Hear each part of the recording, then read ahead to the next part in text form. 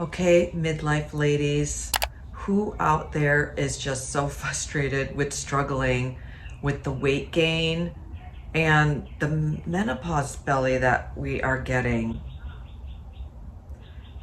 Well, in this video, we are going to talk about 13 tips how to combat that belly fat and to manage the menopause weight gain that we have.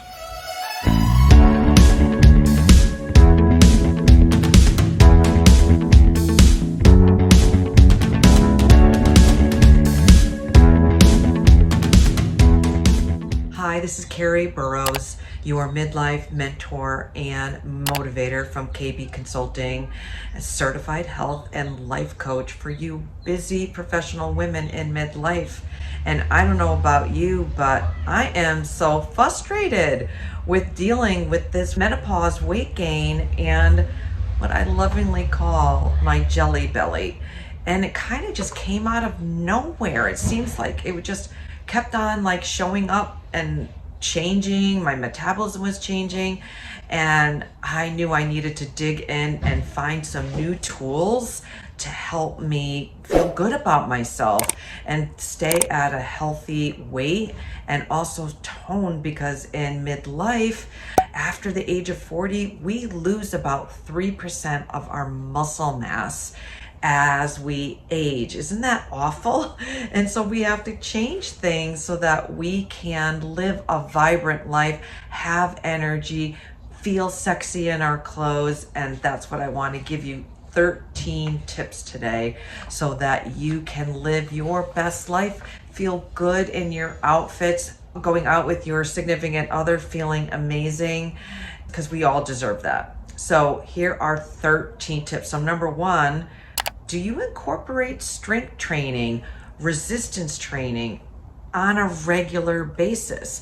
This really was a game changer actually for me, and I really do stick to doing probably a 3 or 4 days a week, some kind of a resistance training or weight training exercise. You don't always have to go to a gym. You can do great workouts just at home, even just using your own resistance body weight.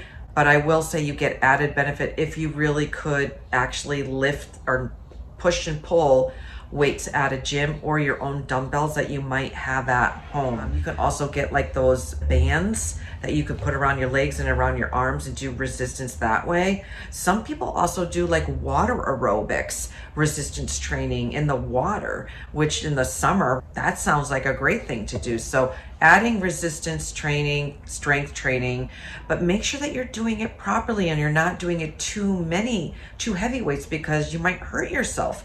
You might throw out your back. You might do too much where maybe now you can't even walk up the stairs. Like, have you ever had that happen? Like, or you can't even sit down because you just did too much. So maybe not push yourself to that point, but you really do need to be doing some kind of strength training. It just helps promote healthy bones. Also, we are in that place where we are at risk of osteoporosis. We have more bone loss. So actually lifting weights helps build our bone density up. So that's another reason why we should be doing some strength training. And you know, most gyms will have, as part of your membership, you can get free training so that you're doing it properly, so that you are using the equipment and so that you don't hurt yourself. So check that out. Number two is, do you eat enough protein? This was another big game changer for me also. And I thought I was eating enough, and then I had a nutrient panel done by my naturopath doctor because some things were off with me, and I found that I was actually deficient in a lot of things. And one of the things that we did is we tracked what I was eating for about 2 to 3 weeks, and we did during the week and on the weekend. And we found that I was really not eating enough of good high quality protein. So they do recommend that we women in midlife should be getting more protein, and they say about 1 gram per body weight, and that's what you should be eating every day. And so I was like, wow, I am definitely not eating enough protein. So I have found great recipes and substitutions and things I can add to up my protein intake. And then also I find that I get a better workout at the gym because I feel stronger. Like, I'm amazed actually how I have been able to increase my weight and do like a progressive overload, and I feel good. So I want to continue on that. So prioritize protein. And especially if you are on a vegan diet, you really need to be truly even more mindful of what that can be and what kind of substitutions you can use, and that make sure the substitutions are healthy. But don't overlook fiber. Like, we have a tendency that we add in too much protein and we forget about the fiber. So fiber, right? Those rich leafy green vegetables, all of those, the whole color of the rainbow vegetables. Think about how much are you getting in your day? Are you starting your meal with a healthy vegetable on your plate? Or is it just your whole plate is filled with carbs and protein and there's not even any fiber there? It really does need to be that you have a good portion of your plate are those healthy vegetables. And you can do fruits too, but not so much fruit juices, because the fruit is where the fiber is. And try to pick the fruits that have a low glycemic index, which is your berries, versus like maybe pineapple or mango. I love them, but they're less in the fiber and high in the sugar. But use them sparingly. I'm not saying don't have them, but use them sparingly. And then do mindful eating. Are you one of those people that eat because you're maybe, prepping a meal for kids, or you're helping your aging parents, or you're running out to something and you're standing at the counter eating, or you're eating in the car, or you're trying to eat your meal at night so quickly because you have other things to do? Mindful eating.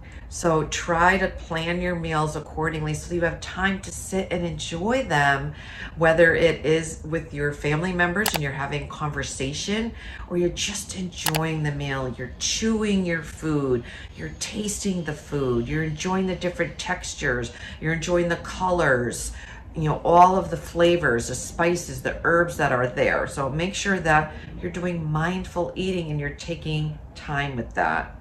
And then, do you manage your stress? This is a good one and really poignant for us. Though I think no matter what stage we're at, we're all in some kind of stress. But in midlife, I find like it's dumped on us even more because everyone thinks we can handle it. But I don't know about you, but are you part of the sandwich generation where you're still raising even just adult kids, but you're also caring for the aging parents, and you have a career? Or you're an entrepreneur and you have a business to run. There's so many things that you're trying to juggle, and it really can get overwhelming. Or are you like me and, I went through a traumatic thing that happened in my life that knocked me off and, sent my body into a place of really stress and overwhelm. And it really took a lot for me to gather myself back up and love myself in a way so that I could be healthy. Did you go through something that was traumatic? And that stress management needs to be part of it. And it's different for everybody. What works for one person doesn't work for another. Some people can just listen to music and that's their stress release. Some people really need quiet and silence meditation. Some people need a guided meditation. Some people need to walk out in nature and feel sunshine and see a rainbow or see flowers or a waterfall, and that makes them feel at ease. What is it for you? Put those things in your toolbox. Is it just having a cup of tea? Is it calling a friend? Is it writing in a journal? Like, what is it for you? And make sure that you have those things around you available, whether you're at your desk at work, it's in your car, but you can call upon them so that you can de-stress yourself. Breathing techniques. There's breathing techniques like the box breathing techniques, which is just that 4 breath, in, hold for 4, exhale for 4, and then hold again for 4. And the Marines use the box technique when they're in these tough situations to calm their central nervous system down. So if they can do it, we can use that too. So it's that box breathing method that's amazing for stress relief. But find what works for you and put those things in your environment. It could be an essential oil. It could be a certain scent, right? That just brings that calm to you. It could be a music list that you put on your phone. whatever it could be affirmations. Like, what could that be for you to set yourself up so that you can have that stress release for yourself? And don't rely on processed foods. This also was a big one for me. I really have tried to eliminate as much as I can those processed foods. I will say I am that crunch and salt girl, and especially if I am stressed, it's the first thing that I want. So there are some healthy alternatives out there.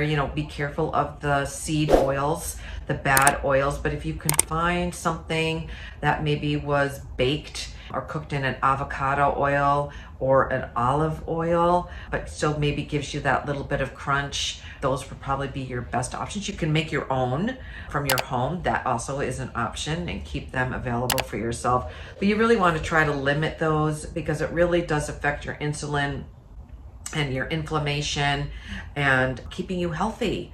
So those processed foods, so literally anything in those middle aisles, anything that has those ingredients that you can't even pronounce, those are your processed foods. So try to stay away from them as much as possible. Do a declutter out of your pantry. Every once in a while, it's good to go through there, look at the ingredients and get rid of them. And then just don't buy them again, and look for great alternatives, or make some of your own things that you can keep on hand. Or one of the things I'm going to give you is your meal prepping and meal prepping even your snacks ahead of time, putting them into containers where you're portion controlled, and maybe that you're doing like some hummus with some vegetables, or some nut butter with apple slices, or maybe you make your own kale chips and maybe some cherry tomatoes, or some berries with some nuts. So, and you make them ahead of time so they grab and go, or, things of that nature, nuts that you can keep at your desk and, whatnot for your snacks. But then meal prep for your meals during the week.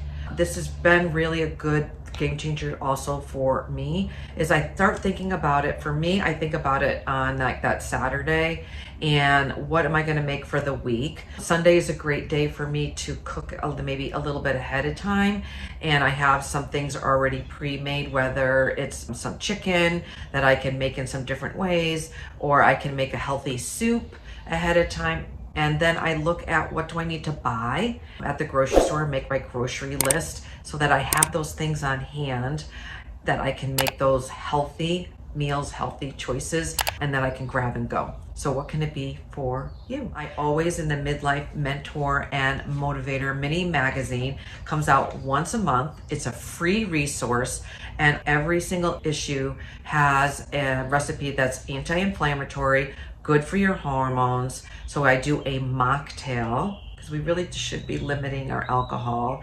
I do a healthy salad with a yummy, yummy dressing. I think homemade dressings are the way to go. I do one healthy dinner meal, and then sometimes I'll throw in maybe a sugar-free dessert, or a chia seed pudding, or something like that that might be a little fun to have on hand, but maybe that's still good.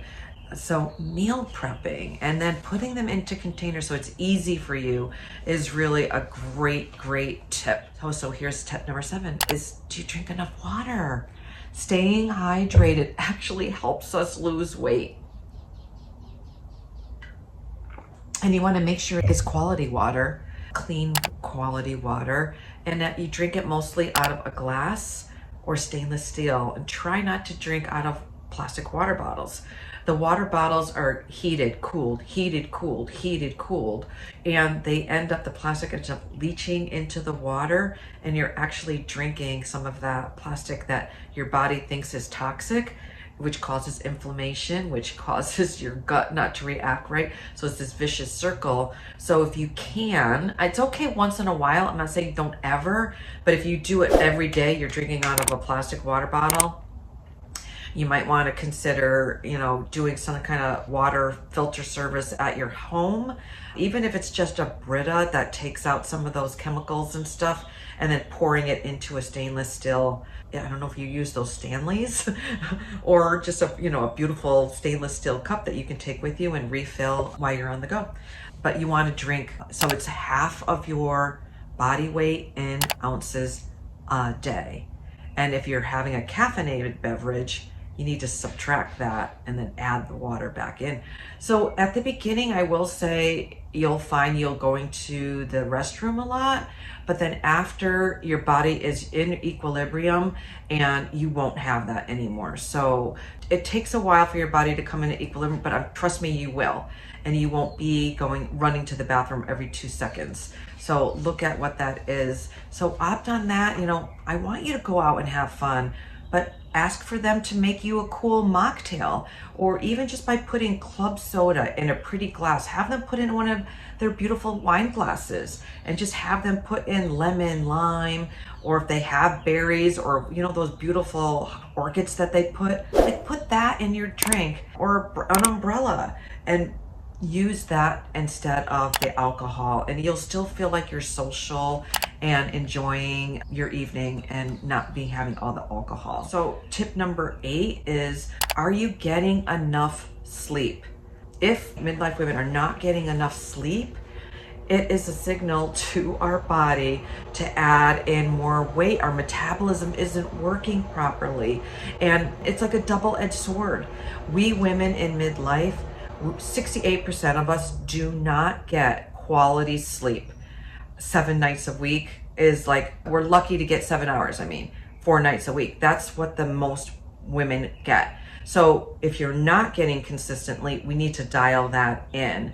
And there's so many sleep disruptors that might be happening to you. So there's holistic things that you can do and things you can do in your environment that can help bring that together. I just did a video on sleep, and I also have my Sleep Better 3-2-1 online course that you can grab for just $67, and it will give you the education, it will give you the tips, the tools, the tricks that you can put in place to get you sleeping in perimenopause and menopause.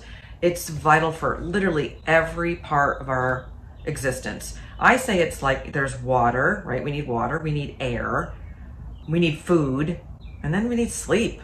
Those are like the vitals. Like, you have to have those things.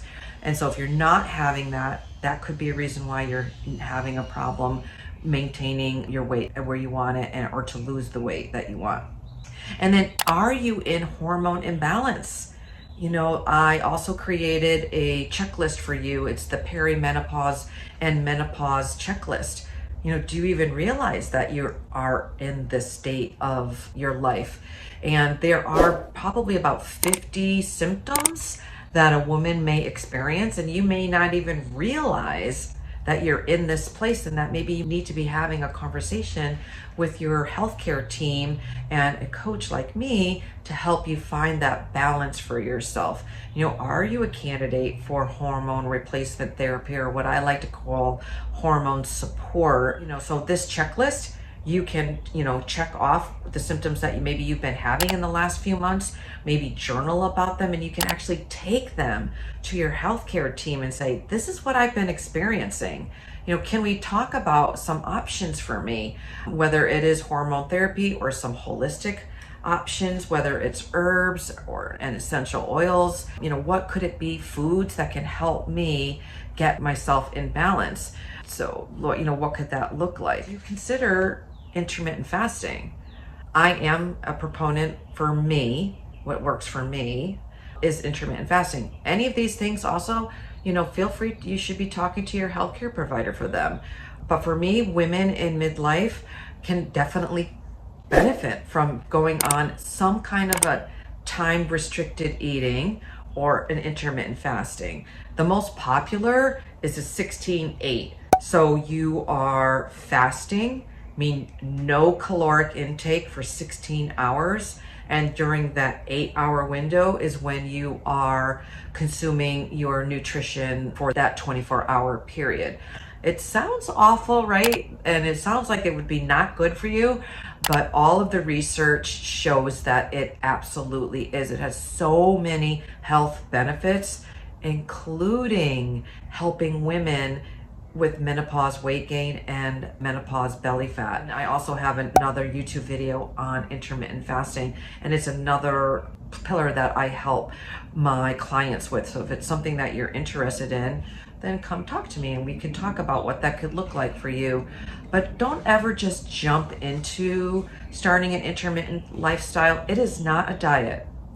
But during that 8-hour window, you can't eat all the processed foods and M&M and Ben and Jerry's and popcorn and pizza. And no, you do still have to eat the high protein, healthy fats, high fiber, lots of vegetables, and not the processed foods during that 8-hour window. It's a lifestyle though of how you are doing your timed eating. And it really does work. It has worked tremendous for me to keep me maintained through my perimenopause. And now I'm postmenopause. So it really has helped me stay in that place. Tip 12 is the holistic remedies, holistic things that can help you. Things like black cohosh, evening primrose oil, maca root, flaxseed, and then some of the adaptogen herbs like ashwagandha, rhodiola. A lot of these you can find in a health food store or from your naturopath. My naturopath sells them right in their practice, and talk to them. Make sure that they are recommending what they think would be best for you, and before you start taking any of these things. I like a lot of these in teas, and I use them mostly in that way. Like for menopause supplements that you might see, or sleep supplements you might see out there might have some of these in there, but really look at what you're taking and make sure that your supplements are clean and they don't have fillers in it. Again, seek a good professional naturopath, functional medicine doctor, or even your own primary care doctor to make sure that you are using the right supplements for you and they're the right ones to have. And then my last tip, which is like the best tip, is to use a heart-centered coach like me that's trained, that knows, understands, sees and hears you, been where you are. I still am where you are, as I just turned double 30, and I'm still in that state of trying to maintain a healthy weight for myself, still feel vibrant, sexy, strong, and I'm still trying to combat that, what I call that jelly belly. It may be that I'm just going to have that. I still love myself no matter what, but I always try to see if I can do a little bit better and love myself no matter what, where I am. And I want that for you also. But it is a journey, and you do need to be patient, and you need to be consistent, and you need to be committed, and you need to believe in yourself in the process, because sometimes it takes tweaking and finding the right recipe. It is like cooking or like baking. If you're off an ingredient, right, your cake flops and it's mushy and it just doesn't work. And sometimes it really takes that right amount of everything to find that equilibrium, and that you're willing to go the distance and to try it and tweak it and be patient and be consistent and take the steps to believe in yourself, so that you can be vibrant and feel like you can own the world and live in your purpose, because the world needs your light. So those are my 13 tips about menopause, weight gain, and our jelly belly, our loving jelly belly. But the main thing is we want to have a healthy, long health span, but sometimes combating that weight, because that could add to our cardiovascular disease and diabetes, and we don't want that. So my heart to you, Carrie Burrows from KB Consulting, your midlife mentor and motivator.